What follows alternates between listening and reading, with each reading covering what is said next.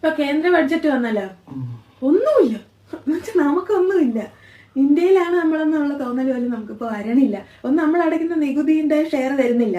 എങ്കിൽ നമുക്കെങ്കിലും തന്നെ കുറെ കാര്യങ്ങൾ ഇവര് തരാന്ന് പറയുന്ന കാര്യങ്ങൾ നമുക്ക് തന്നെ ഇവിടെ ചെയ്യാം. ഇപ്പൊ അതിവേഗ റെയിൽവേ തരും എന്ന് പറഞ്ഞാൽ അതിനെ കുറിച്ചൊന്നും മെൻഷൻ ചെയ്തിട്ടേ ഇല്ല.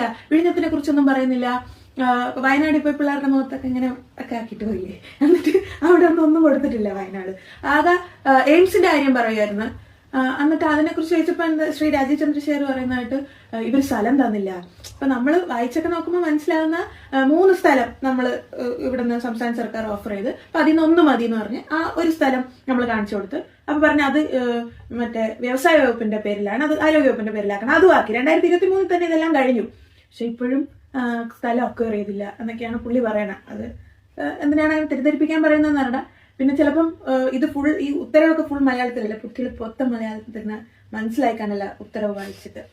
പിന്നെ കേരള ബഡ്ജറ്റ് അടിപൊളിയായി കുറെ സാധനങ്ങൾ ചെയ്യുമെന്ന് പറഞ്ഞല്ലോ.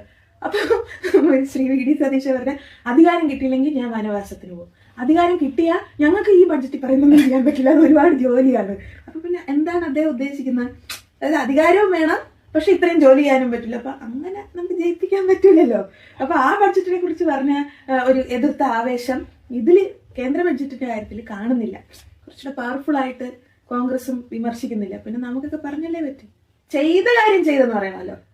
ഇപ്പൊ ഉദാഹരണത്തിന് മൃഗസ്നേഹികൾക്ക് വേണ്ടി കടലാമ പരിപാലനം, ആമ ഒരു ഇപ്പൊ നമുക്ക് അതിവേഗ റെയിൽവേ കിട്ടിയില്ലെങ്കിലും ആമ ക്യൂട്ടല്ലേ, ആമ ഒരു ക്യൂട്ട് ജീവിയായി.